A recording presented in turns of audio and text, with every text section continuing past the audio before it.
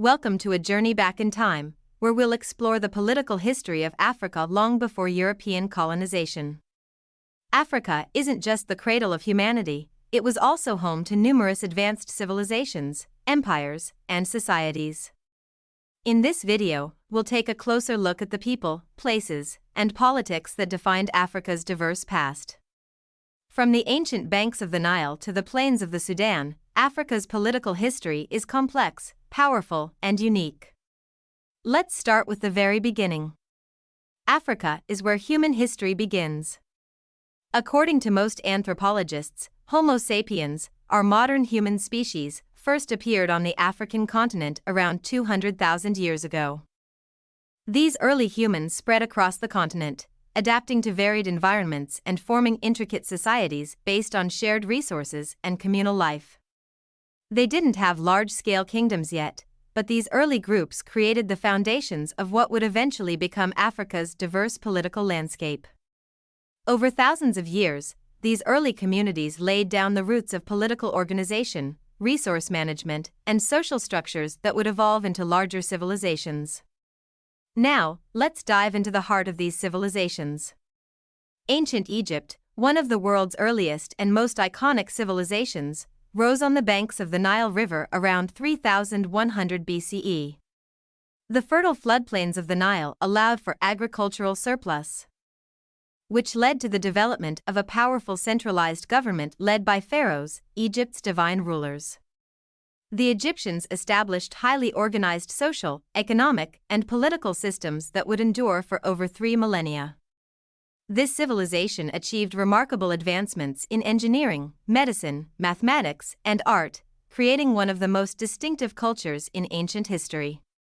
Egypt's political structure was a centralized monarchy, which set a standard for centralized government in ancient Africa.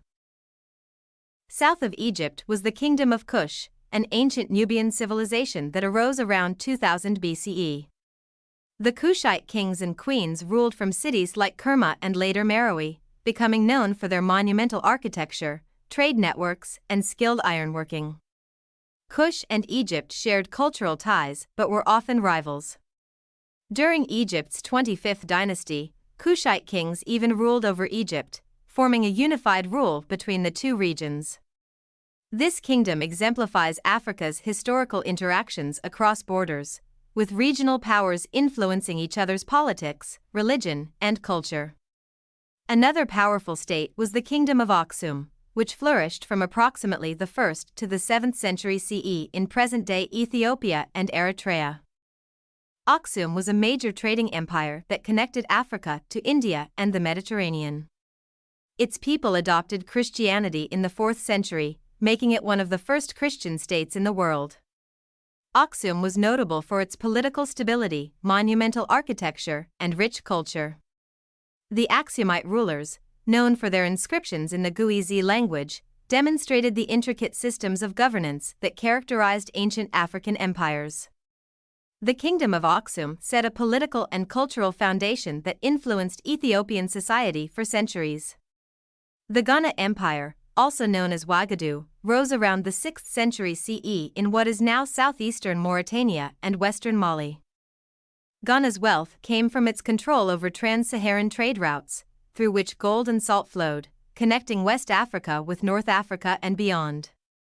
The rulers of Ghana established a sophisticated administrative system, where kings wielded centralized power but allowed local leaders to govern under their influence.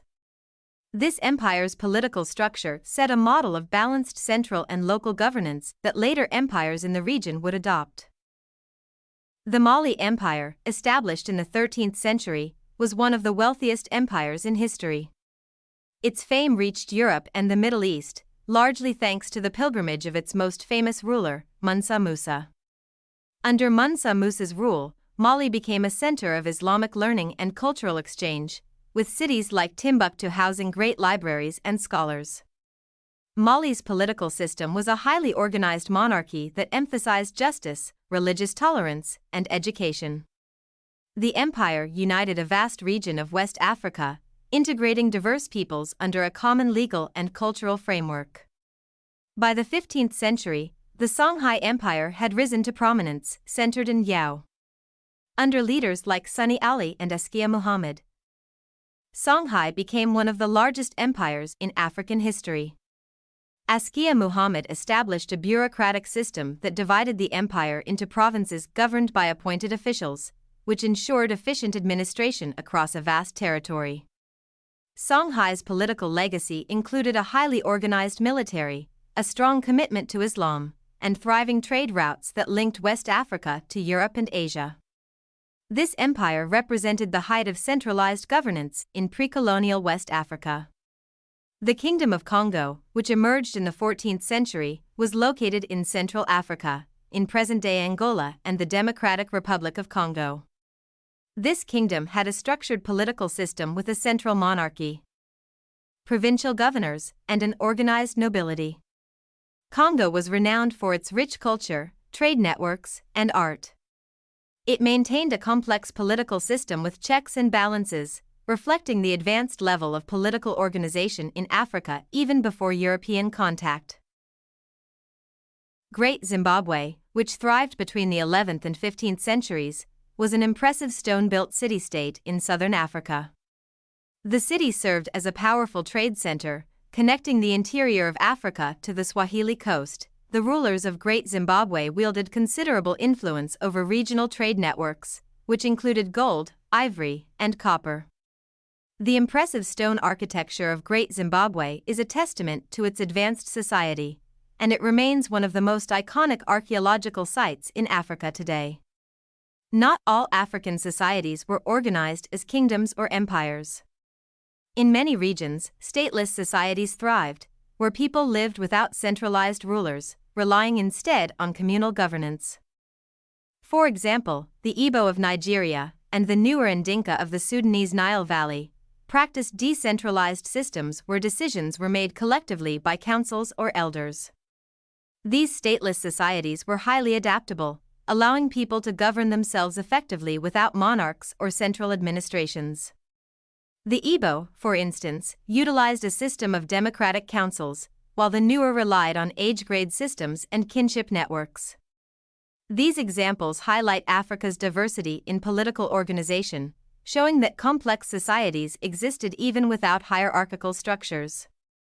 Africa's pre-colonial political history is a tapestry of empires, kingdoms, city-states, and stateless societies. From the grand monuments of Egypt and Great Zimbabwe to the bustling cities of Mali and the communal governance of the Igbo, Africa's political systems were as diverse as the continent itself. These societies achieved remarkable advancements, creating a legacy that still resonates in Africa's cultures today. Africa's story before colonization is one of resilience, ingenuity, and complexity, a powerful reminder of the continent's rich heritage. Thank you for joining us on this journey through Africa's pre-colonial political landscape.